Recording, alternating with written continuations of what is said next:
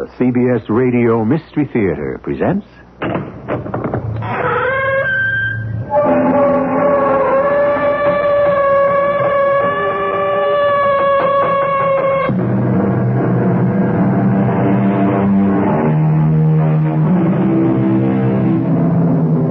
Come in. Welcome. I'm E.G. Marshall. William James, renowned and honored psychologist and philosopher, called it wonder sickness. Man's restless, unceasing research into the arcane mysteries of psychic experience. He thought it soft-headed and idiotically credulous. Well, he may have been right, but the world has never wholly submitted to his judgment, and the search goes on. It's nonsense, Matt. Utter nonsense.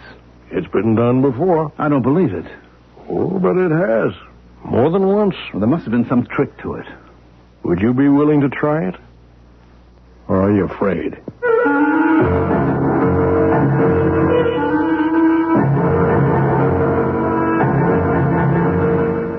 Our mystery drama, The Ruby Lamp, was written especially for the Mystery Theater by Elspeth Eric and stars Mandel Kramer.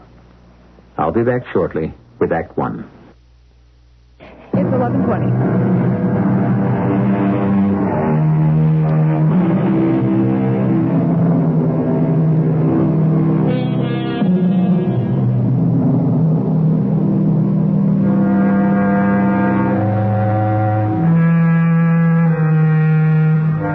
Mr. William James may have pooh-poohed psychical research, as indeed he did, but in his famous book, The Varieties of Religious Experience, he wrote this: "The whole drift of my education persuades me that the world of our present consciousness is only one out of many worlds of consciousness that exist."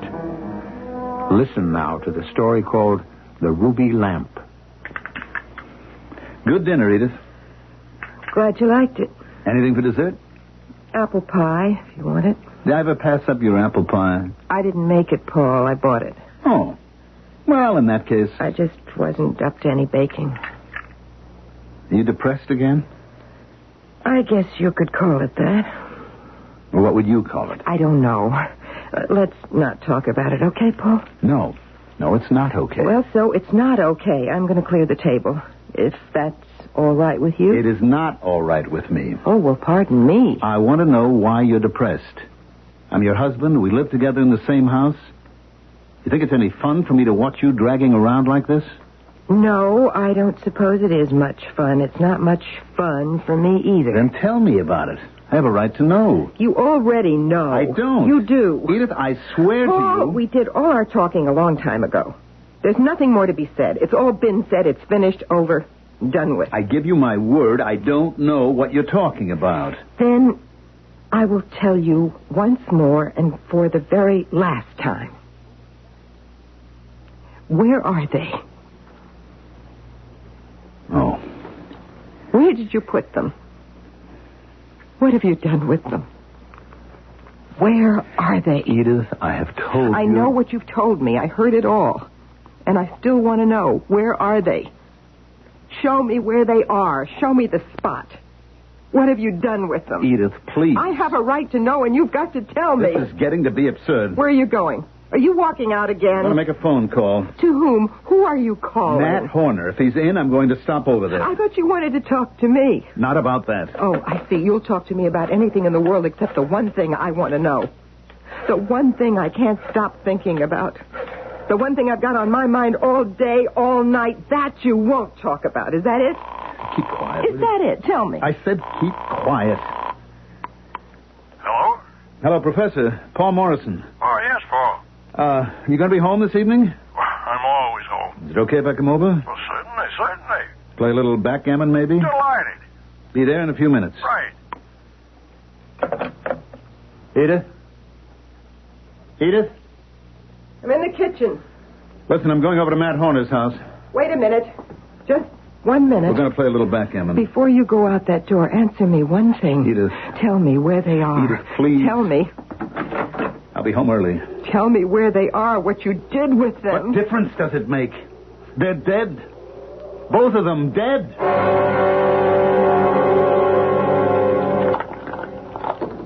Aha! Double six. I think you're going to gammon me. I think I'm going to backgammon you, my friend. You haven't borne off one man. You still have one on the bar. I know. Now, here goes. 3 and 2. Well, that's not much help. Okay, your throw. Double 4. All right, I give up. You don't want to play it out? I can't concentrate. Something got you down? Edith's been at me again to tell her about the children. Oh. What I did with their bodies.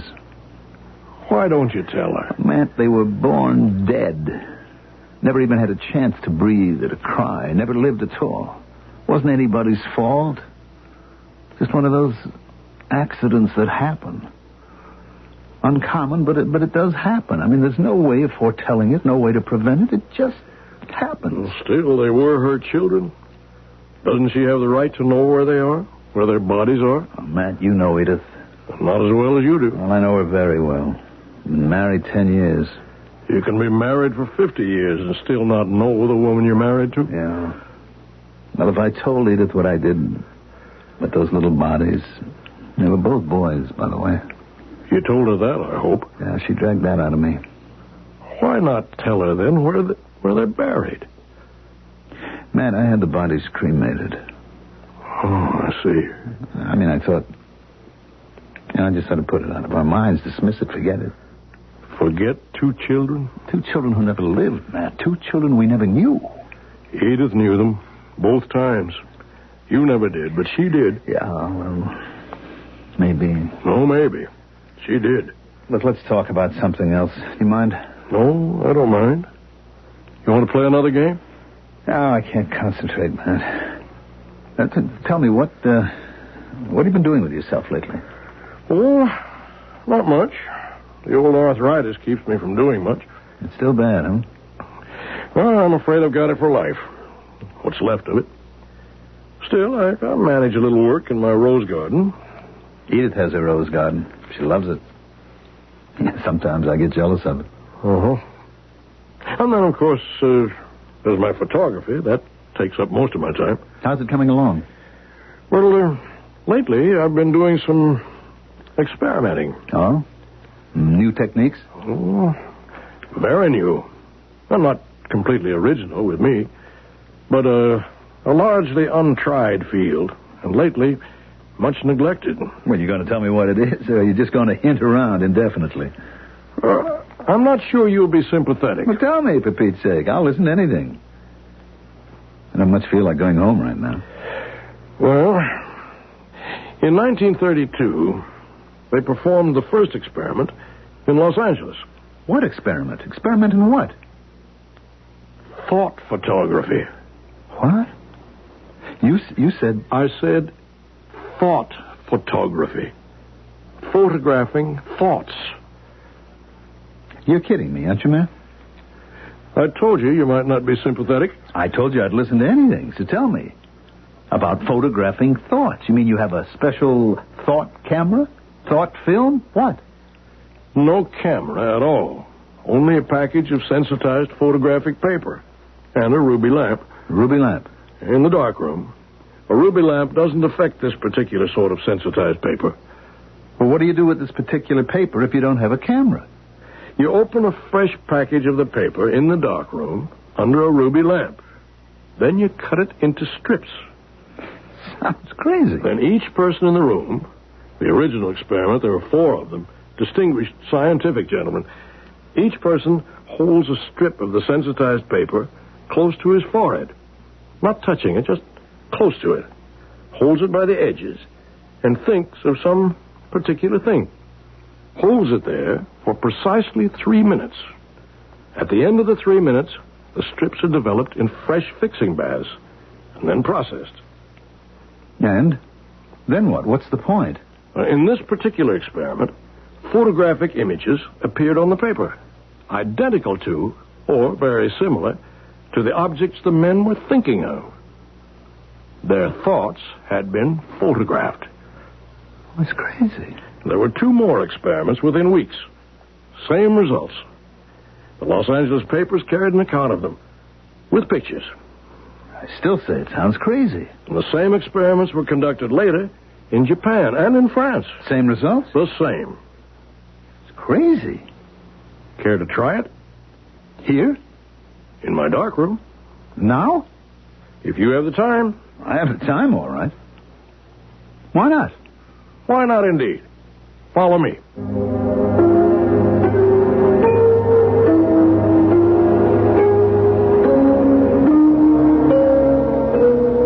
3 seconds to go. I still think this is crazy. 2 seconds. I feel like a fool doing this. I mean, standing here with this... All right. The bath is ready. Let's have the strip. Take it. Glad to be rid of it. The whole thing is so absurd. We'll soon see how absurd it is. You want to know what I was thinking about? I was thinking about Edith. Of course, that's perfectly logical. I just had a row with her, so naturally she'd be on my mind. Mm-hmm. I was dreading going back home and seeing her. But that didn't keep me from thinking about her. Of course not. We're getting something. Yes. There's an image here, all right? Yes, look here. It's a woman. Look for yourself, Paul. I can't believe it. It is a woman. You're right. The image of a woman. Now do you believe? The thoughts can be photographed? But, Matt, this isn't an image of Edith. This is a very young girl. Young girl with long blonde hair hanging down to her waist. And she's wearing a cape, a long plaid cape. It isn't Edith at all. It's nobody I've ever seen before. This girl's a stranger.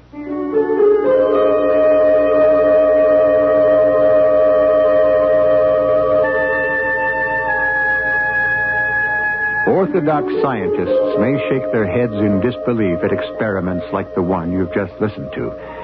But the mysteries of this world are still so obscure that the sternest, most rigid academician must succumb occasionally to wonder sickness. We'll return shortly for Act 2.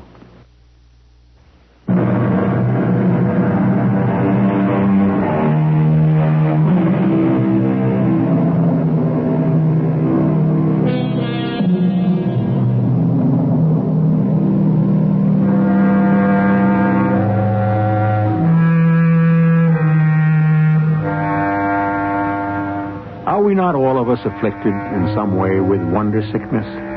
A blind belief in our own immortality, a secret conviction that we can influence our fortunes, an inner faith that in some as yet undiscovered way, all things will work for the best. All illusion, perhaps, but without such wonder sickness, how could we go on living? Professor, you home? It's Paul. Matt, it's Paul. I need to see you. Coming. It's urgent, Matt. I have something to tell you. Oh, heavens, what a racket. I'm sorry.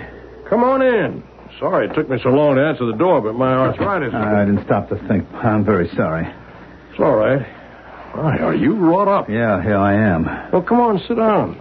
I take it you're not here to play backgammon. Hardly, Professor. Well, sit down. Catch your breath. Matt, I saw the girl. You did? Yes, the young girl in the photograph, or whatever you call it. The image on the sensitized paper? Yes, that one. I saw the girl. And she was wearing the plaid cape. She had long blonde hair parted in the middle. It was the same girl. I recognized her right away from that image. It's incredible. Who is she? I don't know who she is. I never saw her before. Well, didn't you try to find out? Of course I did. I followed her all the way to the bus stop. And I waited with her. When she got on the bus, I got on. I rode with her all the way to where she got off, Elmwood Avenue, and I got off when she did, and I followed her all the way to her house, and I watched her go inside. Look, here, look. Wait, here. I wrote down the address, you see? Here, 210 Elmwood. Wait a minute now. Didn't you speak to her? Speak to her? You mean you followed her down the street, got on the bus with her, got off the bus with her, trailed her to her house, and waited while she went in, and you did all that and never spoke to her? Well, should I have? Well, mere curiosity, one would think. Well, what would I have said to her? I mean, that I held a piece of sensitized photographic paper close to my forehead for 3 minutes, and when it was put in a fixing bath, there was her image? I mean, do you think I could say that to a complete stranger? She should have called a cop. It'd have put me away. You're absolutely sure that you've never seen this girl before? Absolutely. Well, you may have passed her on the street. Well, I never paid any attention if I did. Oh, there's such a thing as deja vu, you know. Meaning already seen. Yes, I know. Something in the past. Something seen in the past that suddenly recurs. Or some detail recurs and makes it seem as though the whole experience were happening again. Matt, I swear to you, I never saw this girl before. Now, on the bus, I had a good look at her face. I never saw her before in my life. Never spoke to her. Never had anything to do with her. Why did she turn up on that strip of paper? I have to tell you, Paul, I don't know. It was Edith I was thinking of. I was thinking about my wife. Not some strange young girl that I had no interest in. Fascinating. Well, to you, maybe. Not to me. I've had enough of your experiments. Oh? I wonder if you have. I have, believe me. Now I better get home. Edith will be expecting me. I'm already late, but I just had to stop off and tell you. Are you going to tell Edith? About what? About the young girl. Good Lord, no. I haven't even told her about the experiment. Why not? How could I? How can I? She'd want me to explain it. And I can't explain what I don't even understand myself.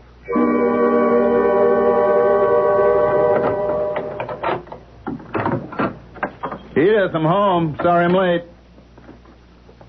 Edith? Where are you? In here. Oh. I stopped off to see Matt Horner. Oh.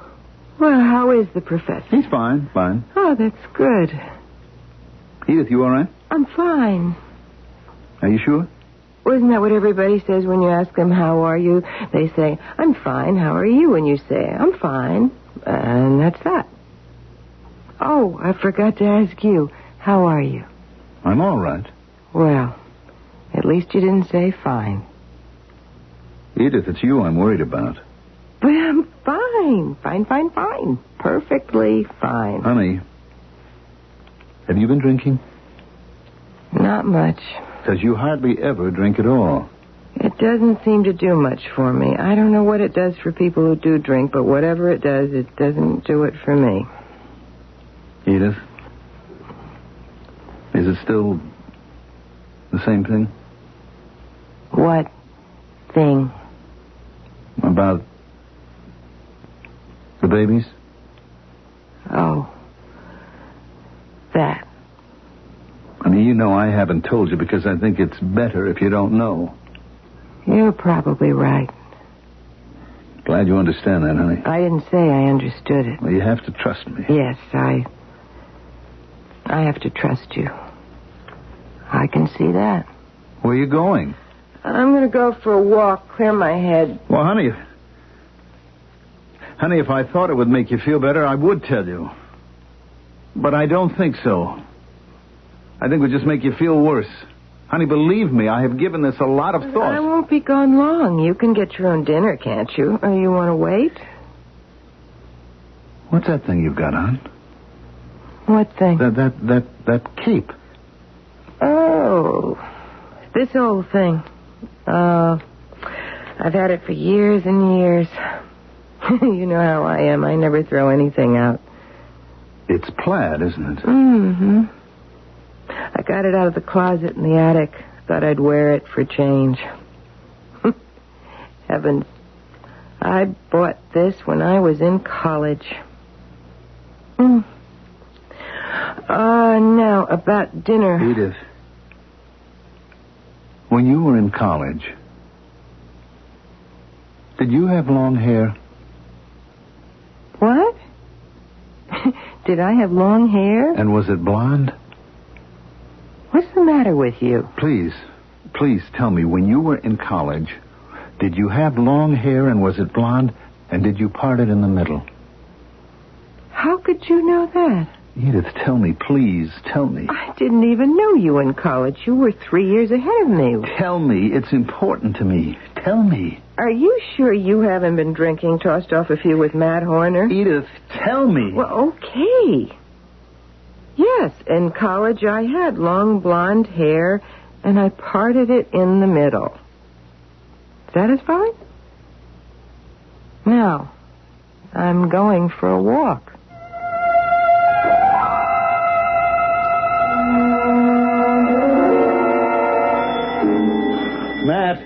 Matt, open the door. It's Paul Morrison. Yes, Paul, yes. I need to talk to you, Matt. Right now. Do you hear me? I hear. Oh, come in, Paul. Come in. Now, what's the trouble? I'm not keeping you from anything, am I? Nothing that won't wait. Sit down. Want a drink? Oh, good Lord, no. Coffee? Tea? No, nothing. Matt, when I left you, I went home, and Edith was there. She was sitting in the living room. She was not doing anything. She was just sitting there with a bottle of wine on the table beside her. Matt, I don't think Edith takes 6 drinks a year. Was she drunk? No, she wasn't drunk. I'm positive she wasn't drunk or anywhere near it. At first, I thought maybe she was because she just seemed so strange. Strange? In what way? She was very calm. Very, very calm. Well, that doesn't sound alarming. I know, but it was a weird kind of calm. It was just not natural, you know? Not natural for her, anyway. Now, I asked her, was she drinking because of the babies, me not telling her what I'd done with their bodies. Matt, she was even calm about that. The one thing she has never been calm about. And just about the only thing that we've had fights about. But this time, she said, in that deadly calm way, she could see that my way was the best way, that she trusted me, and so on and so forth. And then she said that she was going for a walk. I don't quite see what you're so alarmed about, Paul. Just wait. She went out in the hall, where the coat closet is. Yeah? And when she came back into the living room to ask me, could I get my own dinner, Matt, she was wearing a cape. Oh? A plaid cape, Matt. Like the one in the thought photograph. A plaid cape like the girl I saw on the street was wearing. Well, lots of women wear capes. She said she hadn't worn it for years. That she bought it when she was in college and she'd stored it up in the attic. She just brought it down from the attic and decided to wear it for a change. Well, some women do save things.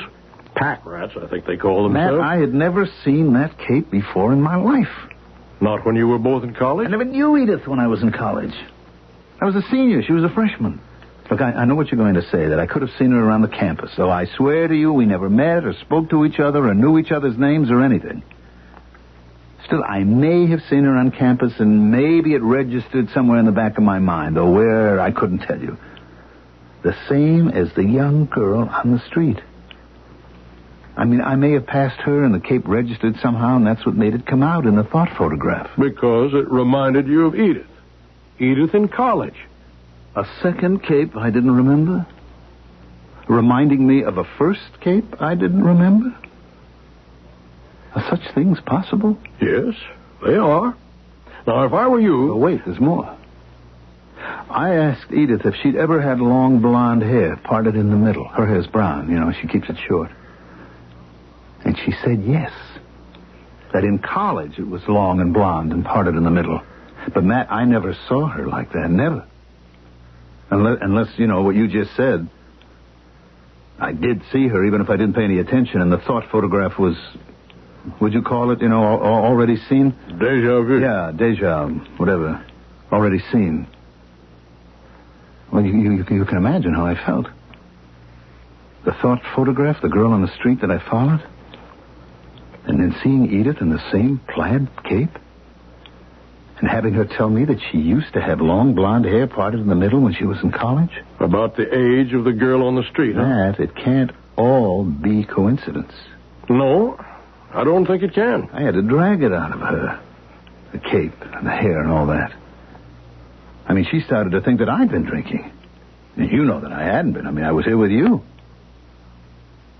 Not that I think she cared very much whether I had or hadn't. She just pulled her cape around her and went out. I came running over here praying that you'd be home. Like the good Lord, here you are.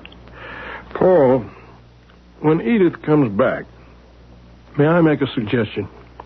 You don't have to follow it, of course. What is it? Well, ask her if she'll come over here and make the same experiment you did in the dark room, the ruby lamp, the sensitized paper, everything just as before. Oh, I don't know, Matt. I don't know that Edith would want to lend herself to a thing like that. It didn't hurt you, did it? Quite the contrary. And if Edith hesitates about it, tell her I'll make the same experiment myself, with her, at the same time.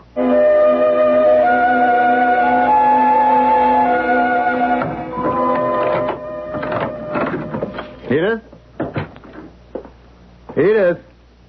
You back home? I just went over to see Matt Horner for a few minutes. Edith?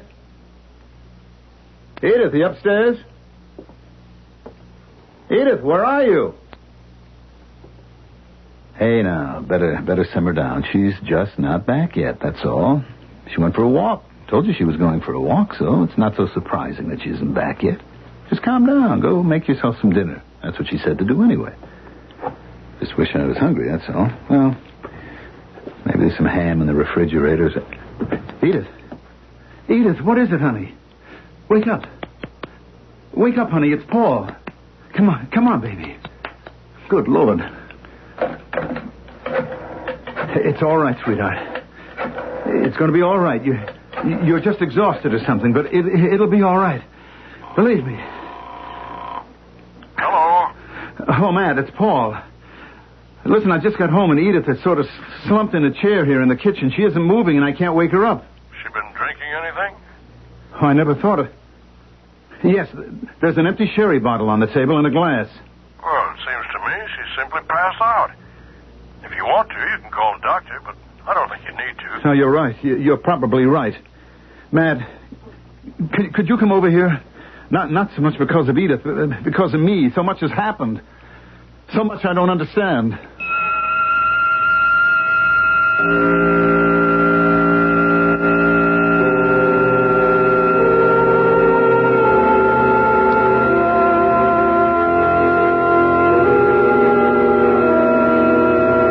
So much has happened. A strip of sensitized paper held close to a man's forehead. An image of a girl with long blonde hair wearing a plaid cape appears on it. The man's wife resurrects a plaid cape from the attic and reveals that she once had long blonde hair. Now she has been discovered slumped over in a kitchen chair unconscious. Yes, so much has happened, and much more will happen when we return with the concluding act of The Ruby Lamp.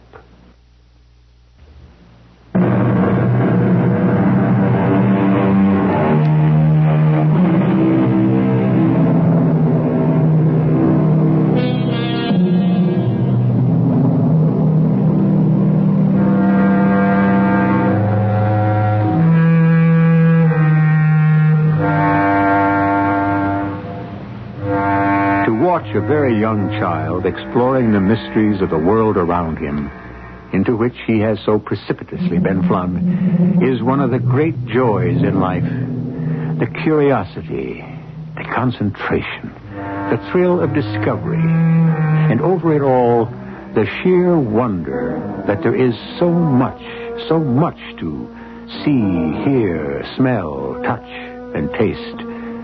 Perhaps this is the beginning of the wonder sickness that clings to us throughout life.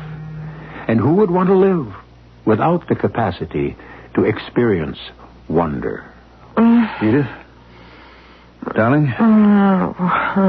Honey, open your eyes. Can you do that? It's me. It's Paul. Paul? Yes, darling. It's Paul. Are you all right?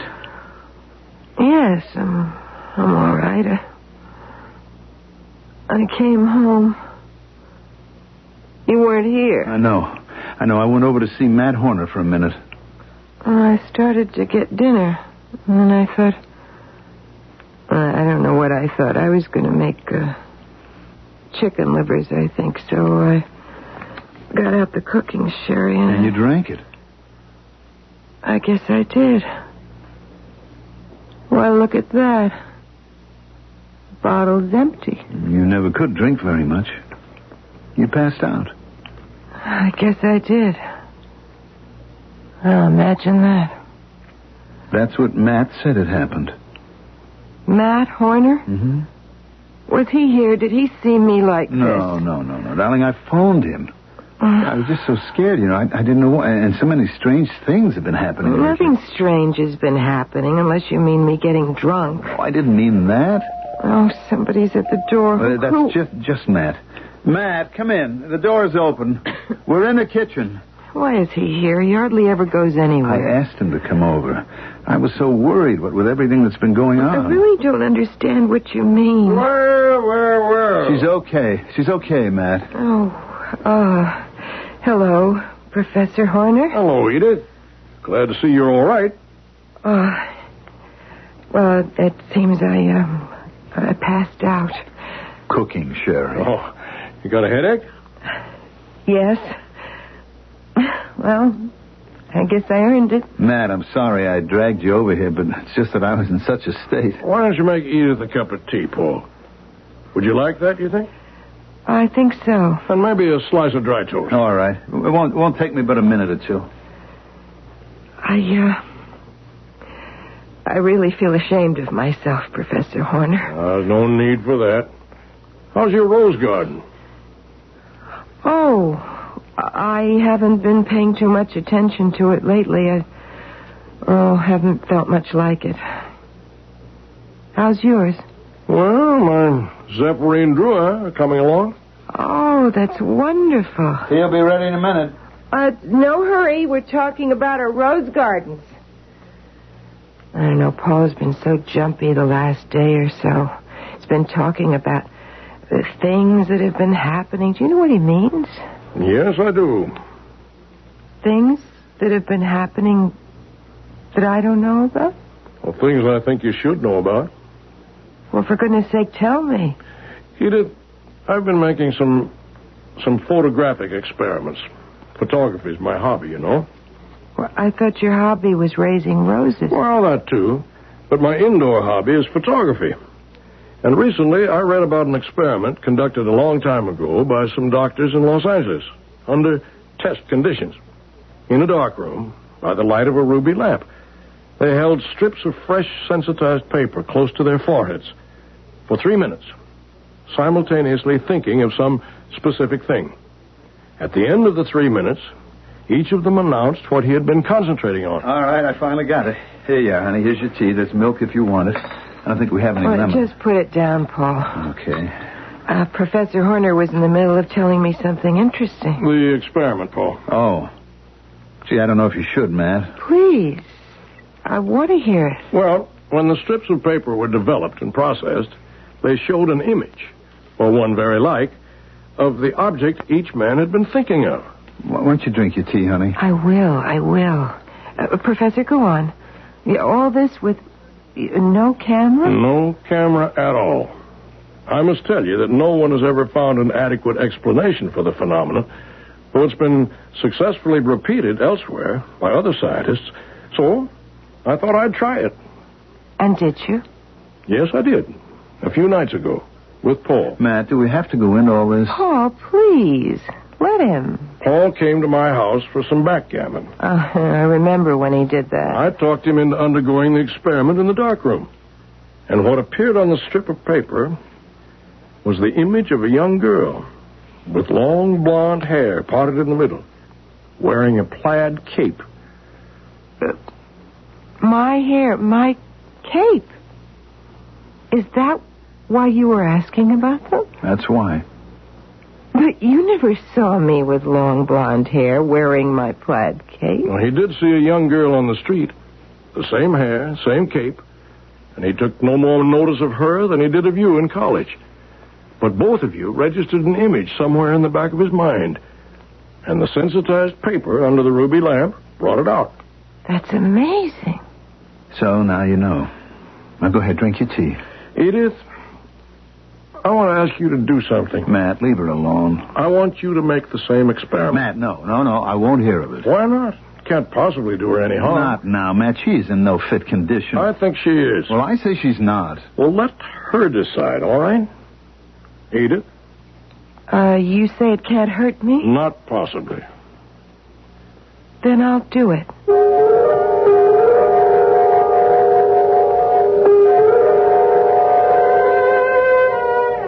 Feeling all right, Edith? I think so.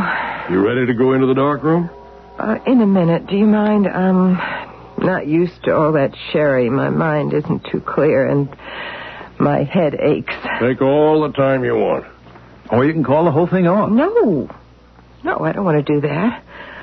I'll just walk around the living room, if you don't mind, and get my nerves settled. Whatever you like. Oh, is that your Zephyrin Drouin rose you were telling me about? Yes, that's one of them. I have 2 more further back. Lovely. I'll take you outside and show them all to you later, after the experiment. You don't have to go through with the experiment, Edith. But I want to. I'm breeding a new rose. You know, Professor, I've been at it for several years now. Oh, that's interesting. The bloom is small and white and very fragrant. You must show it to me sometime. I'd love to. It's quite sweet. I'm about to register it with the American Rose magazine. When I'm sure it's perfect. Have you given it a name? I thought I'd call it Midlothian. Just because I loved the book so much when I was in school. Midlothian. Oh, that's nice. Well, I'm feeling much better. Good. Feeling well enough for the experiment? I think so. I'll tell you what, Edith. To reassure you completely, I'll take the experiment with you. You and I will hold the strips close to our foreheads, and Paul can hold the stopwatch. How's that?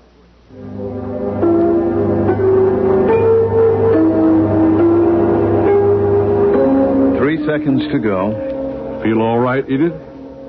Fine. 2 seconds. You all right, Professor? Never better. All right, let's have them. Here's mine. And here's mine. I'm really quite excited.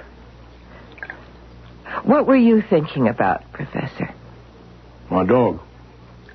But you don't have a dog, do you? Not anymore, but I used to. Good old Barney.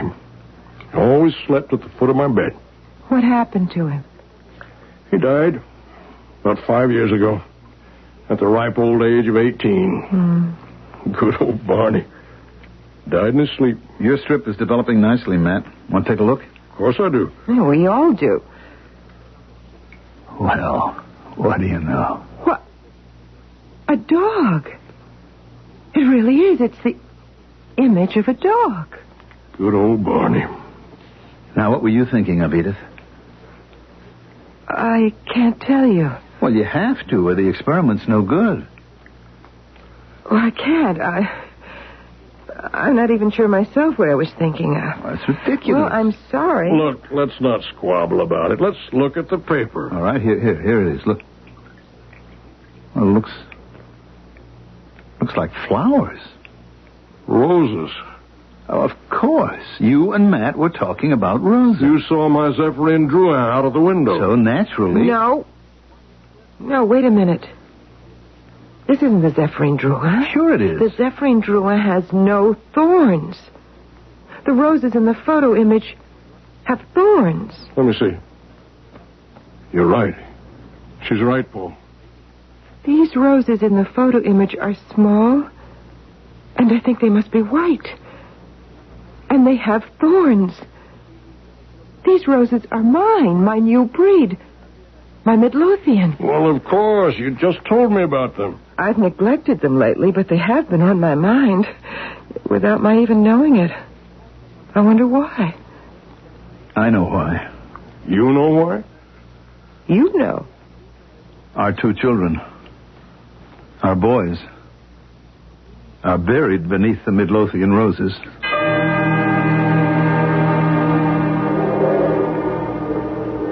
Right here? This is the spot? They were cremated, Edith. For a long time, I had the urns kept at the crematorium. You know, till I could make up my mind what to do with them. Oh, Paul, you could have talked to me about it. I know. And I guess I should have, but you'd been through so much. 2 babies in 2 years, and never to have seen either of them. There were little silver plates on each of the urns. Both of them just said Baby Morrison and the date. When did you decide to do this?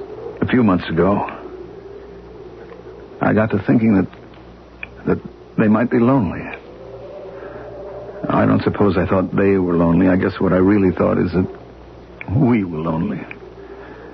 Anyway, I was. And I wanted them near me. Near us. Oh, Paul. You should have told me. We could have done it together. I thought I ought to do it alone. Because you see, Edith, I didn't leave the ashes in the urns. I opened the urns, and I scattered the ashes around your rose bushes. Darling, don't cry, please. Please, don't cry. I haven't cried since that night, the night I put them here. I'd never want you to cry like that, Edith. I've cried. Of course you have. Of course you have. Forgive me. But we should have cried together. Not separately. I know. I know now, but then... Darling, I'm only 35. Don't you think we could... Couldn't we? Of course we could. And we should, and we will. Oh, Paul, you've taken a big load off my heart. Edith? Paul? Oh, it's Matt. Wonder what he wants. It must be important. Paul? Edith? I want to ask you a favor. Anything. Anything at all, Professor. May I stay with you for a day or two? Of course you may. Stay as long as you like. No, just a day or two will be fine. You see, I had a fire in my house. A fire? Yes, in the middle of the night. Not a bad one. I woke up in time to put it out. Well, that was lucky. Yes, wasn't it? Usually I sleep like a log. But last night, something wakened me in the nick of time. It was the frantic barking of a dog. At the foot of my bed. Good old Barney. Perhaps it's a human weakness to want everything explained, to have it made clear, made logical, sensible, to have it brought within our comprehension. Only then, the poor human feels, will he be rid of his heaviest burden, his anxiety. This is why the child is forever asking, why? Even when he is grown, even when he is elderly, even at the point where he is ready to die, probably he will still be asking, why? I'll be back shortly.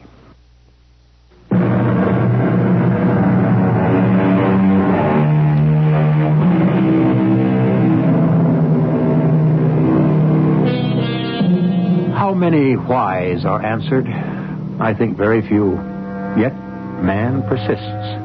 The answers that he finds turn out to be, at best, only partial and lead only to more questions.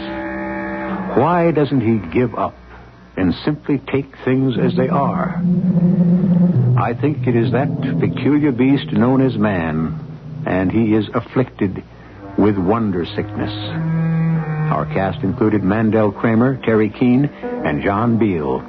The entire production was under the direction of Hyman Brown. And now, a preview of our next tale. I want you to open that bureau drawer. The middle one. Why? Just do it. All right. Do it. You'll see a brown sweater on the left-hand side. Yes. Now lift up the sweater and you'll see what's underneath it. It's a revolver. Yes. Hey, Dottie, we won't need this. Yes, we will. But I told you by the time he gets here... We have to kill him. What are you saying? Know what I'm saying. Don't pretend to be dull or stupid. We have to kill him. Why? You know why. Because he's alive. Dottie! He has to be dead. Otherwise, this whole thing, this entire enterprise we have here just crumbles away. But even if he's alive, he's still a hero. No, he's just another brave guy. This is E.G. Marshall inviting you to return to our Mystery Theater for another adventure in the macabre. Until next time, pleasant dreams.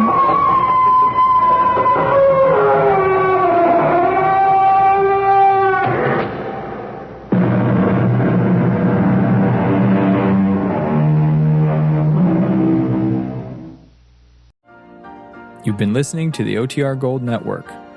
Find more classic radio at otrgold.com.